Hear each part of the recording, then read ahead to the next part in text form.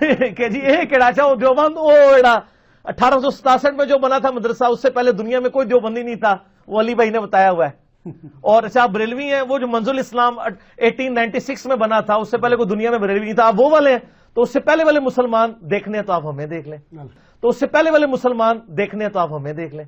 بسم اللہ الرحمن الرحیم۔ السلام علیکم دوستو، آپ نے دیکھا اور سنا کہ دیوبند مدرسے سے پہلے کوئی دیوبندی نہیں تھا اور بریلوی مدرسے سے پہلے کوئی بریلوی نہیں تھا۔ اگر اس سے پہلے والے مسلمان دیکھنے ہوں تو ہمیں دیکھ لیں۔ اب اس سے سوال یہ ہے کہ آپ یہ کہہ رہے ہیں کہ اس سے پہلے اگر آپ کوئی مسلمان دیکھنا تو ہمیں دیکھ لیں۔ سوال یہ ہے کہ آپ پھر کیوں خادم حسین رضوی صاحب کو چیلنج کرتے ہیں، دوسرے علماء کو چیلنج کرتے ہیں کہ داتا رحمۃ اللہ علیہ نے جی کشف المحجوب میں گستاخی کی ہے، آپ اس کا جواب دیں۔ خواجہ غریب نواز رحمۃ اللہ علیہ نے جی گستاخی کی، آپ اس کا جواب دیں۔ وہ تو اس سے پہلے کے تھے، آپ کہہ رہے ہیں کہ وہ ہم جیسے مسلمان تھے، اگر ان کو دیکھنا تو ہمیں دیکھ لیں۔ اب سوال تو آپ سے پوچھنا چاہیے کہ آپ دوسرے سے کیوں پوچھ رہے ہیں؟ آپ سے پوچھنا چاہیے کہ آپ جیسے تھے تو پھر انہوں نے گستاخیاں کیوں کی؟ نعوذ باللہ من ذالک۔ تو آپ کے نزدیک کہ وہ گستاخ تھے، انہوں نے اپنی کتابوں میں گستاخیاں لکھی ہیں، تو آپ سے پوچھا جائے اور آپ کو کہا جائے کہ آپ جیسے گستاخ تھے، نعوذ باللہ من ذالک۔ سارا یہ مکر فریب ہے اس کا۔ آپ اسے جب پوچھیں گے کہیں گے نہیں جی آپ اولیاء کرام کو ماننے والے ہیں، آپ ان کے راستے پر چلنے والے، آپ جواب دیں۔ تو معلوم ہوا کہ یہاں بھی جھوٹ بول رہا ہے۔ یہ اس صدی کا سب سے بڑا جھوٹا اور مکار ہے۔ اس نے یہ جو بات پھیلائی ہوئی ہے کہ کشف المحجوب میں داتا رحمۃ اللہ علیہ نے جی آپ صلی اللہ تعالیٰ علیہ وآلہ وسلم کا ایک اسکینڈل لکھا ہے، جی یہ گستاخی ہے۔ کیا کشف المحجوب میں جو حضرت داتا رحمۃ اللہ علیہ نے لکھا ہے یہ خود لکھا ہے یا پہلے بھی کتابوں میں موجود ہے؟ داتا رحمۃ اللہ علیہ نے صرف اتنا لکھا ہے کہ آپ صلی اللہ تعالیٰ علیہ وآلہ وسلم کی نگاہ پڑی حضرت زینب رضی اللہ تعالیٰ عنہ پر۔ کتاب آپ کے سامنے کیا لکھا ہے آپ دیکھیں کہ حضرت داؤد علیہ السلام کی نگاہ ایک ایسی جگہ پر پڑی جہاں نہ پڑنی چاہیے تھی، یعنی اوریا کی بیوی پر نظر پڑ گئی۔ اس کے نتیجے میں آپ پر جو گزری سو گزری، مگر حضور صلی اللہ تعالیٰ علیہ وآلہ وسلم کی نگاہ مبارک بھی پڑی تو وہ اپنے مرد پر حرام ہو گئی۔ اب اتنا لکھا ہوا ہے، اس لیے کہ داؤد علیہ السلام حالت صحو میں تھے جبکہ حضور صلی اللہ تعالیٰ علیہ وآلہ وسلم مقام سکر پر فائز تھے۔ اب اس کو یہ کہتا ہے کہ اسکینڈل ہے کہ آپ صلی اللہ تعالیٰ علیہ وآلہ وسلم کی نگاہ پڑی، تو کیا یہ اسکینڈل بن گیا؟ اگر آپ صلی اللہ تعالیٰ علیہ وآلہ وسلم کی نگاہ پڑ جائے کسی عورت پر تو کیا اسکینڈل بن جاتا ہے؟ میں آپ کو حدیثیں دکھاتا ہوں۔ بخاری شریف میں حدیث ہے کہ آپ صلی اللہ تعالیٰ علیہ وآلہ وسلم کے پاس ایک عورت آئی، اس نے کہا یا رسول اللہ صلی اللہ علیہ وسلم میں اپنے آپ کو آپ کے حوالے کرتی ہوں، ہبہ کرتی ہوں، یعنی میں رضامند ہوں کہ آپ اس سے نکاح فرما لیں۔ تو آپ صلی اللہ تعالیٰ علیہ وآلہ وسلم نے نیچے سے اوپر دیکھا اس کو، یعنی اچھی طرح سے دیکھا، اور پھر آپ نے نظر ہٹا کے آپ بیٹھ گئے۔ اب اس عورت نے دیکھا کہ آپ صلی اللہ تعالیٰ علیہ وآلہ وسلم کو ضرورت نہیں ہے، تو اس کے بعد یہ طویل حدیث ہے بخاری شریف میں، حدیث میرے 5087۔ اگر آپ صلی اللہ تعالیٰ علیہ وآلہ وسلم کا دیکھنا نعوذ باللہ اسکینڈل ہے تو پھر یہ بخاری میں بھی ہے، تو کیا امام بخاری گستاخ ہوں گے؟ اور یہ حدیث مسلم شریف میں ہے، تو کیا امام مسلم گستاخ ہوں گے؟ اگر ان باتوں کو اس طرح لیا جائے تو پھر تو کوئی بچے گا نہیں۔ پھر آپ کہیں کہ امام بخاری امام مسلم نعوذ باللہ گستاخ تھے۔ اور دوسری حدیث ہے مسلم شریف میں 6056، حضرت انس بن مالک رضی اللہ تعالیٰ عنہ کہتے ہیں کہ حضرت ام سلیم رضی اللہ تعالیٰ عنہ کے گھر آپ صلی اللہ تعالیٰ علیہ وآلہ وسلم تشریف لاتے تھے۔ آپ صلی اللہ تعالیٰ علیہ وآلہ وسلم حضرت ام سلیم کے بستر پر آرام فرماتے تھے، ام سلیم کے بستر پر آرام فرماتے تھے۔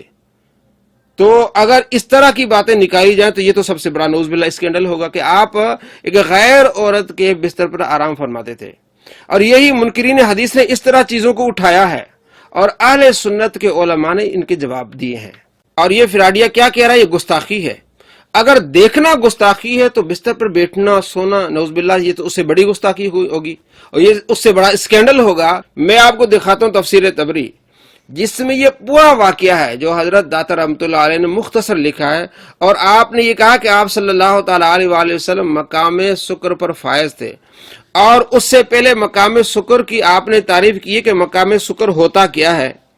فرماتے ہیں واضح رہے کہ اہل حقیقت کے نزدیک سکر و غلبہ سے مراد محبت الہی کا غلبہ ہے، یعنی آپ صلی اللہ تعالی علیہ وآلہ وسلم کے اوپر محبت الہی کا غلبہ تھا، آپ نے دیکھا فوراً نظر ہٹا لی۔ یہ تو داتا رحمۃ اللہ علیہ نے آپ صلی اللہ تعالی علیہ وآلہ وسلم کی اس واقعے کی وضاحت بیان کر دی کہ آپ نے جان بوجھ کے نہیں دیکھا، اچانک نظر پڑی، آپ نے ہٹا لی، آپ حالت شکر میں تھے، یعنی غلبہ محبت الہی میں آپ تھے۔ تو اس نے کہا یہ اسکینڈل ہے۔ اگر یہ اسکینڈل ہے تو اب میں آپ کو دکھاتا ہوں، تو پھر تفسیر طبری میں بھی اسکینڈل ہے۔ آپ کے سامنے کتاب تفسیر طبری المتوفا 360، ٹھیک ہے، 20ویں جلد اور صفحہ نمبر 272، پورا واقعہ یہ موجود ہے۔ اس کے بعد تفسیر بحر العلوم سمرقندی ابو اللیث نصر بن محمد سمرقندی، ان کی کتاب ہے تفسیر سمرقندی، جلد نمبر 3 اور صفحہ نمبر 62 اور 63، اور روایت کرتے ہیں آگے کہ عبداللہ بن عباس رضی اللہ تعالی عنہما نے یہ بیان فرمایا ہے۔ تو اگر یہ اسکینڈل ہے، صرف کشف المحجوب پر رہے گا یا تفسیر طبری پر بھی آئے گا، تفسیر سمرقندی بھی آئے گا، تفسیر ابن عباس میں آئے گا، آگے دیکھیے تفسیر سالبی، اس میں بھی یہ واقعہ موجود ہے۔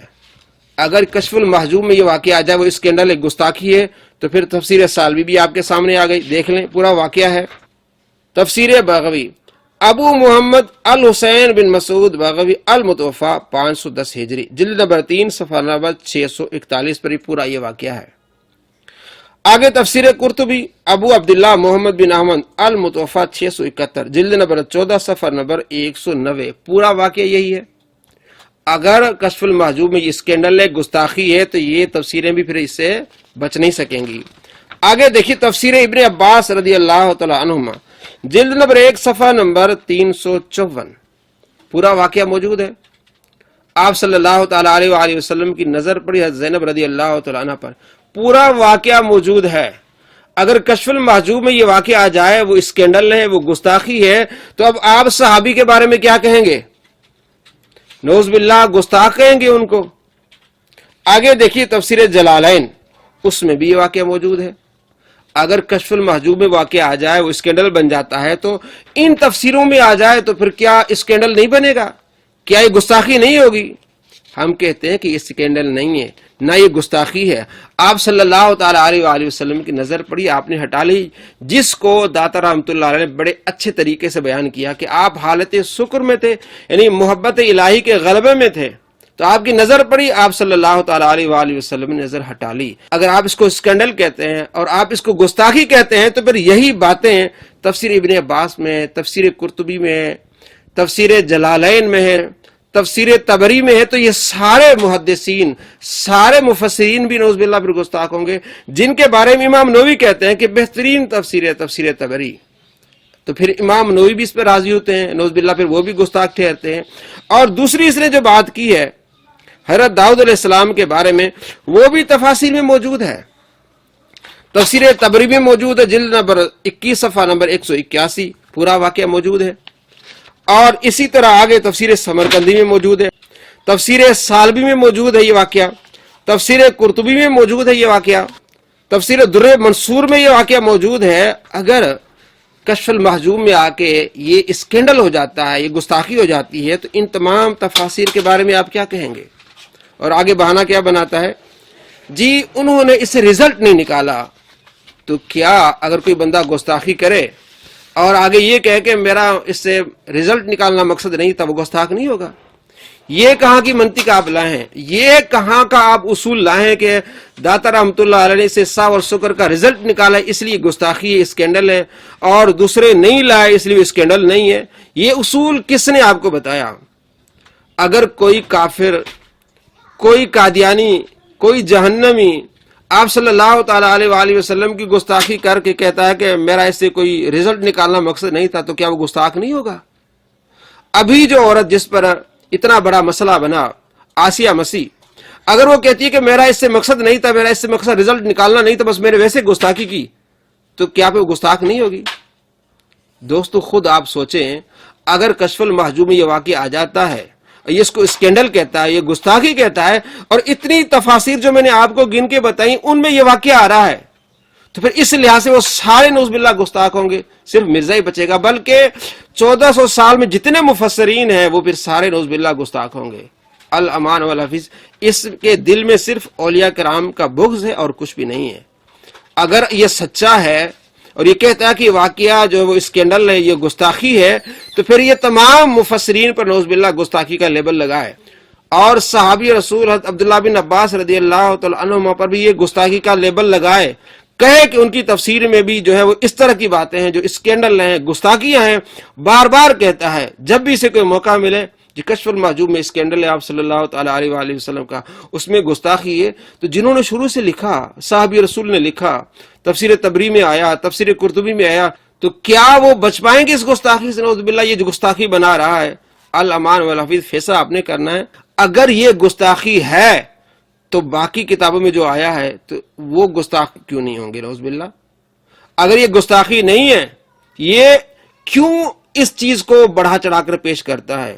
اس کے دل میں اتنا بغض ہے اولیاء کرام کا، اور اللہ تبارک و تعالیٰ فرماتا ہے حدیث قدسی ہے، من عادى لي وليا فقد آذنته بالحرب، جس کے دل میں میرے ولی کے بغض آ جائے اس سے میرا اعلان جنگ ہے۔ یہ صرف اولیاء کرام سے اعلان جنگ کر رہا ہے، یہ کوئی گستاخی نہیں ہے۔ آپ صلی اللہ تعالیٰ علیہ وآلہ وسلم کی نظر پڑی، آپ صلی اللہ تعالیٰ علیہ وآلہ وسلم نے ہٹا لی، اور یہ ذکر قرآن پاک میں موجود ہے۔ سورہ احزاب آیت نمبر 37 میں پڑھ کے دیکھیں، اور سورہ صاد میں دوسرا واقعہ موجود ہے، 22، 23، 24 نمبر جو آیت ہے حضرت داؤد علیہ السلام کے بارے میں، کہ آپ کے پاس آتے ہیں دو فرشتے آتے ہیں، ایک کہتا ہے کہ میرے پاس ایک دمبی ہے اور اس کے پاس 99 دمبیاں ہیں، یہ 99 والا بھی کہتا ہے کہ مجھے بھی وہ دے دو۔ تو حضرت داؤد علیہ السلام سن کہ آپ کی توجہ ادھر جاتی ہے کہ میں نے کہا تھا اوریا کو کہ میں اس آپ کی بیوی سے شادی کرنا چاہتا ہوں، آپ اس کو طلاق دے دیں، تو فوراً آپ نے توبہ کر لی۔ اور اس واقعے کو 21 مفسرین نے لکھا ہے کہ حضرت داؤد علیہ السلام نے اوریا سے کہا کہ آپ اپنی بیوی کو طلاق دے دیں، ہم اس سے نکاح کرنا چاہتے ہیں۔ یہ ان کی شریعت میں جائز تھا، لیکن اللہ تبارک و تعالیٰ کو یہ بات پسند نہ آئی، تو اللہ نے سمجھانا اس طرح چاہا، دو فرشتوں کو بھیجا، ایک نے کہا میرے پاس 99 دمبیاں ہیں، اور دوسرے نے کہا میرے پاس ایک دمبی ہے، اور ایک دمبی والا کہتا ہے کہ 99 والا جو ہے یہ مجھ سے ایک بھی چھیننا چاہتا ہے۔ تو آپ فوراً سجدے میں گر پڑے اور اللہ تبارک و تعالیٰ سے استغفار کیا۔ یہ واقعہ مجھے تو ظاہر ہے آپ نے دیکھا، پھر آپ نے اس کو کہا کہ جو یہ اپنی بیوی کو طلاق دو، اور اگلی جو بات کس طرح پھیلاتا ہے جی، پھر ان کو کہا کہ تم جو ہے وہ جنگلوں میں چلے جاؤ، اور یا کو وہاں بھیجا تاکہ میں اسے قتل کروا دوں اور اس کی بیوی سے نعوذ باللہ اپنا شادی کر لوں۔ تو یہ آپ کو میں نے دکھایا کہ یہ کشف المحجوب میں موجود ہے۔ 21 مفسرین نے یہ اس واقعے کو لکھا ہے، تبیان القرآن جلد نمبر 10 صفحہ نمبر 74 پر دیکھ سکتے ہو ان تمام مفسرین کی کتابوں کے نام اور حوالے، کہ انہوں نے یہ لکھا ہے کہ حضرت داؤد علیہ السلام نے اوریا کو کہا کہ میں شادی کرنا چاہتا ہوں، آپ ان کو طلاق دیں۔ ان کی شریعت میں جائز تھا، لیکن اللہ تبارک و تعالیٰ کو یہ پسند نہ ہوا، تو اللہ تبارک و تعالیٰ نے اس طرح اپنے پیارے محبوب داؤد علیہ السلام کو سمجھایا۔ یہ حقیقت حال ہے جس کو یہ بار بار کہتا ہے اسکینڈل ہے، یہ گستاخیاں ہیں۔